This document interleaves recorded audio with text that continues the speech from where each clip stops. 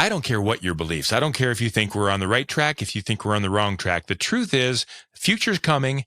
I'm not sure what it looks like. We are in the middle of trying times. What happens next is going to be important. What our kids learn today is going to influence future generations, and we need to make sure that that's on the right track. We're going to talk about that. Dr. Cy Smith is next.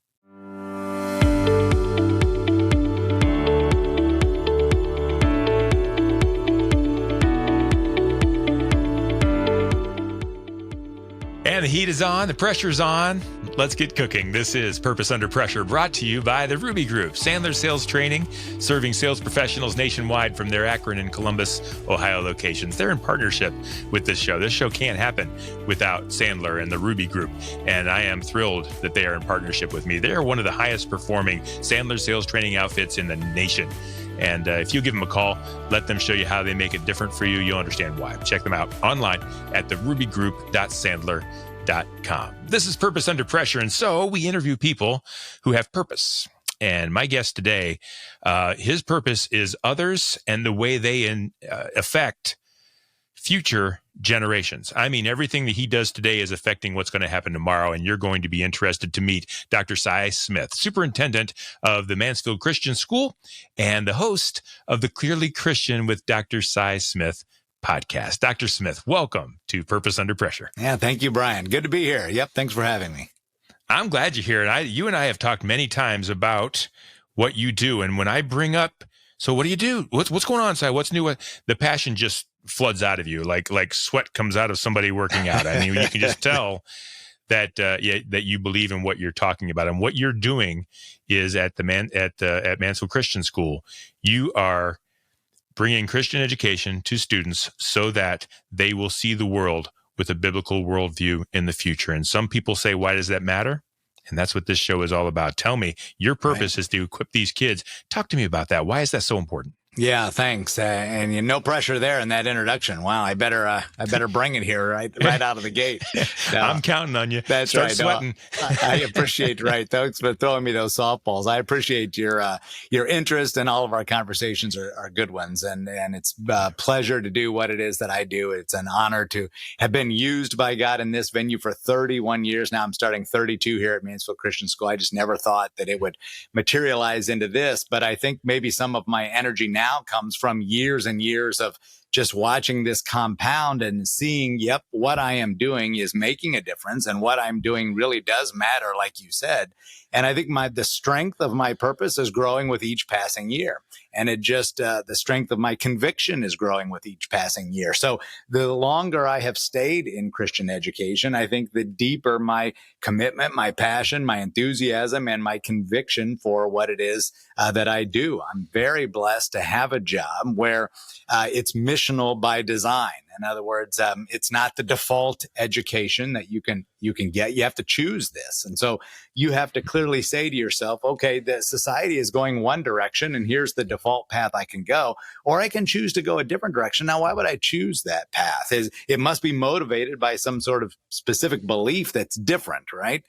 Some sort of alternative method of education. So I've given my life to this cause of Christian education that's different, obviously, than government education and what we're offering by default, in saying that there's a clear purpose for what we do. It's not apples to apples. It's apples to oranges. It's very different than what you're going to get anywhere else, driven by my faith. And so it's a pleasure to have a job that is really, it only exists because of, being a Christian and our Christian faith. And so that idea drives our worldview. And so we say, hey, we've got to do education differently at this particular school. And so if I want to do education differently, then I'm going to have to jump on board with a school like Mansfield Christian. I'm going to have to do a whole different thing. I'm going to have to have a different career. And that's what I've chosen to do. And like I said, I don't think when I started here at 23 years old, I don't think I was talking like this by any stretch. I was glad to have a job. I knew it was going to be at a Christian school. I knew that was going to be a great experience.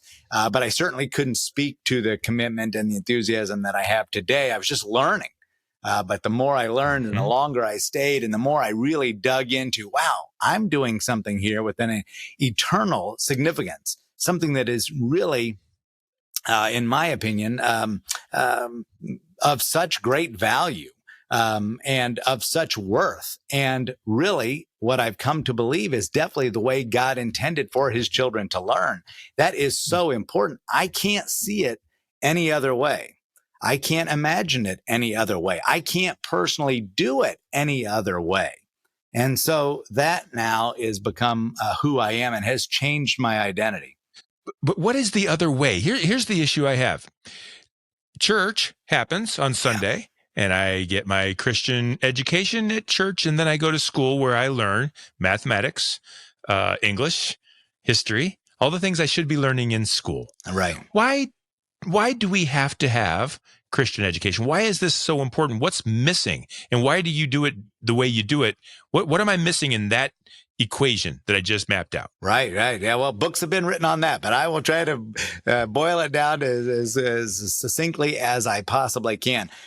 We know that God created the world. And so he is the first mover of all things, right? Nothing exists without him. We know there's evidence of that fact all around. I mean, it's plain to see. You just can't deny that. And so if everything that's true, and we'd say it like this, all truth is God's truth, because if we trace everything back to where it started, well, then we have to start with God. So all that we know about life and living, take your pick from first period English class to ninth period math class, doesn't matter what subject you're studying in school. If there's some truth in that subject and we say, well, why is that true? Why is that true? Why is that true? Eventually we have to keep going back further and further and further in what we know about a particular subject to say, where did this subject even start? Where did the truth of this subject, this knowledge even begin? Well, eventually all things point back to God. And so if a subject has truth in it, it's true because that's the way God designed it. There's a purpose for language that's godly. There's a purpose for math that's godly. There's a purpose for science and social studies. And obviously our bodies and everything has purpose to glorify God in the way he planned it. Our whole reality is defined by him. So let's make that the basis for the learning every day. So unfortunately, what's happening now, and it has happened, I would contend over the last 100 years practically, is that we're treating God as if he's irrelevant to this discussion. We're just removing him from the discussion. It's way bigger than just we stopped having prayers in schools and things like that. We're not using books that contain any sort of biblical worldview. We're just writing God right out of the equation as if he doesn't even exist, like he's just irrelevant to this subject. And we would contend you can't really study this subject unless you're studying it from God's perspective. So when you're taking him out, you're communicating something that's not true. You're saying, this is true whether God's in it or not. Nope. This is true because God's in it. And it's only true because he's there. And so if that's the case, and then you make a compelling argument, I can't argue with any of that. It's amazing how the truth helps define arguments. Then why does 90% of our, or maybe even more, why do public education, government educations run the gamut? I mean, 60% or so of people are Christian. Right?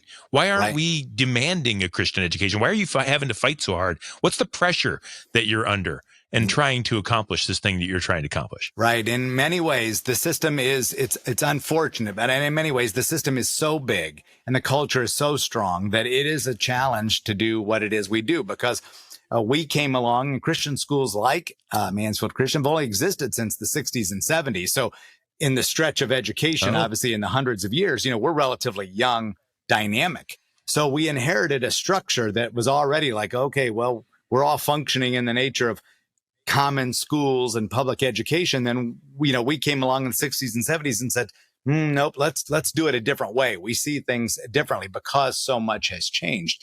There's a number of authors that have written a lot of good books, and I would agree with what they've said. When you trace back government education and public education, it really did start to turn in the 1920s, around 100 years ago. I mean, and you can look at our country's history, after the Civil War, obviously we were trying to put this nation together and common schools existed for specific reasons. We had all these different, religious groups and nationalities, or not nationality, but people from different, obviously, places in Europe and things like that. We're trying to get on the same page. And then things really turned, in the 10s and 20s in that early 20th century because of a lot of the upheaval in Europe. And a lot of those European ideas, which were very godless ideas or Marxist ideas, things like that, a lot of those things infiltrated their way into the United States. They were kind of soft pedaled into some other things like American nationalism, things like that. And it quickly became apparent in the 20s and 30s. And historians are very clear, and they're very much agreed on this, that, boy, the educational priority in the 1920s and 30s became, what's it mean to be an American? What's it mean to be patriotic and nationalistic and kind of a melting pot of ideas? And then also, how can we use public schools for, I don't want to say an agenda, but how can we use them for civic purposes and social progress and things like that? And many groups, what were called the progressives, really kind of took over education, saying, okay, we've got this big American melting pot. We just can't do Protestantism or Catholicism or any other religion. We've got to kind of dump that whole religious education thing, and we've got to move towards Americanism and things like that. And it sounded really, really good, especially at the time. And it didn't sound anti-Christian. But the driver, even back then, was, hey, this is not going to work under a Protestant Christian worldview. This is only going to work because we can't offend anybody. And we've got all these kids from all these different faiths. It's only going to work if we slowly push that Protestant Christian worldview out and keep what we'll call some narrow, neutral position in. And the plan has been decade after decade to remove that. And so that's kind of what we're up against. And now look what that's brought us. We didn't just succeed at removing him. Now we're like anti-Christian in many ways, unfortunately, in our government schools. So we, like I said, perhaps good intentions, perhaps not. But I would say most, especially Christian historians, would say, no, that was the plan all along. It was to crowd him out so that we could make room for what we thought would be a neutral experience, but it doesn't work that way. You're either for him or against him, just as the Bible says. Yeah, and when you're for him or against him in the schools, and in the Constitution it says separation of church and state, which may be misconstrued or taken advantage of. It didn't mean we can't have God in schools. It just meant the government can't demand who. I'm simplifying things, of course. Right. In that situation, when you are trying to be neutral, but you kind of can't be neutral, explain to me what the solution is. If the solution isn't that every child has a Christian education, and maybe it is, because the schools are so far gone now, right? Like, what do we do? What's the current situation? How bad is it? Our schools seem to be a mess. We read about it all the time in the news, and everything is, our society's even kind of backwards. Like, can you help that? Is that kind of what you're trying to fix? Yeah, exactly. Because kids we're all wired to search for answers. We want truth. We can't grow up in going to these K-12 schools where nobody takes a position on anything, right? That's just not how you're wired. Yeah, everything's okay now, right? Everything's whatever you think is fine, and whatever he thinks is fine, and she, and whatever pronouns you choose to use, they're all fine. Right. Yeah, the phrase is, you do you. Okay, whatever works for you, that's what you do. You do you. Well, I'm 8. I don't know what you do you even mean. I don't even know who I am, much less I'm trying to figure out what it means to be a young boy or a young girl or this, that, and the other. And I in Corinthians or Colossians, I can't remember which one, it talks about, I think it's Corinthians, don't be deceived, and taken captive by the empty philosophies of this world, and it's swayed like children. And it uses children as example because they'll believe many, many things. You do have a hard time figuring out what to believe when you're young. And so if you're hitting him with all these options and, boy, you figure it out, and I don't want to tell you what to believe, and I don't want to draw a line, this is true, this is not true. These kids, even in elementary, they have no idea where to turn. And so they usually grab onto the first thing that, not the first thing that makes sense, but usually the first thing that they feel accepted and they feel some sense of belonging. They'll grab a hold to that, whether that's a person or an idea or something like that, or something that maybe just even feels good. It may be the furthest thing from the truth, but nobody's ever really drawn a line for me in the sand. Maybe not at home, and definitely not at school. So I can't grow up in a culture in that K-12 system from age 5 to 18 where I've never had anybody say, this is true, this is why, here's the evidence for it. And guess what? It's true whether you believe it or not. And that's the kicker. Yep, that's the big kicker. Nobody wants to take that stand and say, you know what? This is a wrong position. You are not going to hear that in government education. Nobody wants to be that bold. So how do we change it? Getting back to my kind of original question, Right. what's the impact that you're going to make? Is it one student at a time? Is it one city at a time? Are you the Clearly Christian Education website that you have and the podcast that you're doing, the Clearly Christian podcast, is trying to create or take advantage of a movement that's Yeah. happening? Yeah. But the tide is hard against you. It How do you is. change things for the better? Yeah, exactly. Exactly. I believe certainly that the only way we're going to move the needle in this country, in other words, see a significant shift in how the culture moves and how the culture behaves, is obviously to get back to that biblical worldview. In other words, you have to have increased the number of people who live and operate with a biblical worldview, who try to see things from God's perspective, that they know what truth is, they know where the lies are, and that informs how they live. Not just who they vote for. It's way bigger than that. It's way bigger than politics. It's how you live, how you treat your spouse, how you treat your kids, what you do 24/7. It's just who you are as a person, your sense of justice and right and wrong and equality. And all these things are driven by that Christian worldview. So again, if you're going to move the needle, you have to start with that younger generation. And you have to make sure that you're educating them on what it means to see the world from God's perspective, getting them a Christian education, which happens at Christian schools, fine Christian schools all over the country, or it happens at homeschooling. A number of Christians now, I mean, COVID really, homeschooling has exploded as a result of COVID, because some families, especially west of the Mississippi, they don't have a Christian school within 100 miles. And they all of a sudden saw what was in the curriculum. They all of a sudden saw what was in the classroom, and they didn't like it. And they said, whoa, wait, that's what goes on? I'm going to do this from home, and we're going to bring in our own textbooks and things like that, because that's not lining up with our worldview. So it can happen at the home, and it can certainly happen in Christian school, but we've got to increase the number of kids and obviously increase the number of there's, because like you said, if 60% of the country is going to identify as Christians, well, then let's act on it. If those are your convictions, which I doubt that they probably are, but if those are your convictions, well, then let's do something with that. Let's do something about it. And let's make sure your kids know what those convictions are, and they're trained while you have them. You get such a short little time with your children, don't you? I mean, as the saying goes, you're old much longer than you are young, right? We all get that 0 to 18. And that's all that little lifespan. If you live to be in your 80s, you only had those first 18 years. And they didn't even know what you were talking about until you got to be age 5 or 6, right? So you only had about 12 or 13 good education years with your kids before they went off to college or the workforce or something like that. So you have a small window to try to get them trained and pointed in the right direction. Now, the Lord will do what he is going to do. And many wonderful people have come out of public schools, and they have lived adult lives with a biblical worldview. But in this culture and in this day and age, and I would argue it's been that way for some time, you are fighting an uphill battle. And those people are fewer and far between. And that percentage is growing much, much smaller. If you don't have rock solid training when you're young, you're going to have a hard time living that adult life. Say on the rule, only decision makers can get other people to make decisions. Each and every day, we have a decision to make. Also, when we're with buyers in our sales process, we have a decision to make how we're going to lead that interaction. And if I'm somebody that can make daily commitments and keep those daily commitments, then when I'm with buyers, I expect them to make commitments and keep those commitments to me throughout that sales process.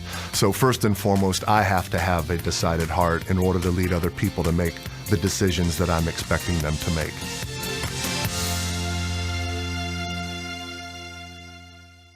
So let me ask this question to help the parents that are out there that are listening to you now and saying, yeah, I get it, but we work 2 full-time jobs. Right. We raise our kids as Christian, and then we send them off to school. We don't have the funds. We rely on public transportation. Public schools have made it real easy to go to public schools. Right. They have right? to. Yep. They don't make it real easy to go elsewhere. Right. A family that is in a, not a rut, but in a pattern, path that provides the ease of education, has to make a decision. How do they make that decision when it's just not in the cards? What would you tell some of those folks that it's just not convenient to get a Christian education, or is it easier than they think? Yeah. Well, few things in life that are worthwhile, all right, are going to come without some sacrifice. That's just how it's going to go. Again, that's why I started. This is the default position. The government and the way we have it all set up, they have to provide that for you, right? You're getting free and appropriate public education. FAPE is what it's called. And so you're getting what you're entitled to as an American citizen. You're getting what's the common denominator that I can provide for the citizens. So if you want something that's going to be exceptional or out of the norm, you're going to have to turn and veer off course and say, okay, I'm going to have to jump in the game here and do something a little bit extra. Is it going to cost me something? Perhaps. We're very fortunate, though, in Ohio. We're on the verge this summer of passing a statewide voucher program that'll be largely income-based, but according to the Columbus Dispatch, about 80% of Ohioans will qualify. And so those numbers have to be rolled out. But for schools like Mansfield Christian, they could become all of the sudden doable for 80% of Ohioans, where the state's going to send these parents a check in the high school for as much as $8,400. And in the elementary, that check's going to be $6,200 or $6,300. Well, at schools like Mansfield Christian, that's the bulk of your tuition. I mean, you may have a slight balance, if anything, maybe some fees here and there. But to get a private Christian school education or to at least get the Christian education that your worldview aligns with, and now all of a sudden the state's going to help fund that under the school choice program, which we're very, very excited about, of course, because to us, these are your tax dollars finally being able to be at work. So you're still going to be, supporting that public school, and the state's still going to be giving money to that public school. But now you're going to have some of those dollars that you've paid in are now going to go over to Christian schools and private schools. And so that's a huge blessing in the state of Ohio. So definitely stay tuned for that, because I think if finances is going to be the big consideration, that's going to be off the table. And I'd say one other thing that a lot of people probably don't realize is Christian schools are a lot like college. We all have our own financial aid systems built in. We offer scholarships. We offer tuition discount. We offer tuition assistance. Our donors know that other families want this experience and perhaps can't afford it. So they give to that. So we all keep money in reserve that we can help needy families, just like you would be if you're applying to a college. We don't cost anywhere close to a college. But again, wealth is relative. So if we need to help somebody out, they apply for tuition assistance and we help them out. It's far more within reach than what most people think. Yeah. And so they need to contact you. They need to reach out. I want to give your contact information in a second, but something you just said. So I was on a school board for 14 years, public school board. And my whole idea was to try to improve the education as much as I could for the people that were there. That's what I did. And that's fine. Right. You just said something I've never heard before. So this is off the cuff. Free and appropriate public education. Is that a thing? Yeah. Like, that's a real term that people in the higher up ed government uses? Oh, yeah. Yeah. We use an acronym. Free FAPE. and appropriate. Yep. Free and appropriate public education. Yep. You're entitled to FAPE. Yep. Exactly. Who says you're entitled to free and appropriate? As a parent, I don't want that. You're making me angry now. That free and appropriate does not sound good enough for my son or daughter. Yeah. I don't like that. Right. And as a citizen, that's what you're getting. I've never heard that before. That's brand new. I'm not going to question you because you're the expert, but it sounds right. I'm not going to question that either. Google I bet that's the truth. You can Google it, FAPE, and that's what it makes me cry. Yeah. I've sent my kids now, all three of them, to public education, and never once did I think of it as free and appropriate. And had I thought of it that way, I might have done differently. Well, who determines? Obviously, philosophically, now we have a problem, and that's where I said tracing back education. Who determines what's appropriate? Someone's values have to win the day. Right? Someone's values have to win the day. And it's way more complex than the average citizen thinks about it. Right? Who gets to determine what history book they use in XYZ public school? Well, there's a huge battle going on behind the scenes that the public doesn't know about to get the contract for the state's history books, because you can't include every piece of historical information that's ever been written. Right? No. You can find that on the internet, but you can't include that in the book. But man, if I want my worldview in that book, I'm going to pay big money to get in that book and get that contract in the state's history book. And the history and obviously civics and social information, that changes all the time. But now it's already happening in math. It's been happening in science for years, where everybody's agenda in every subject has to get into these books, because everybody knows if I win the children, I win the country. and everybody has an agenda trying to get into what's appropriate. And guess who's folks? fighting for those kids, right? Everybody else.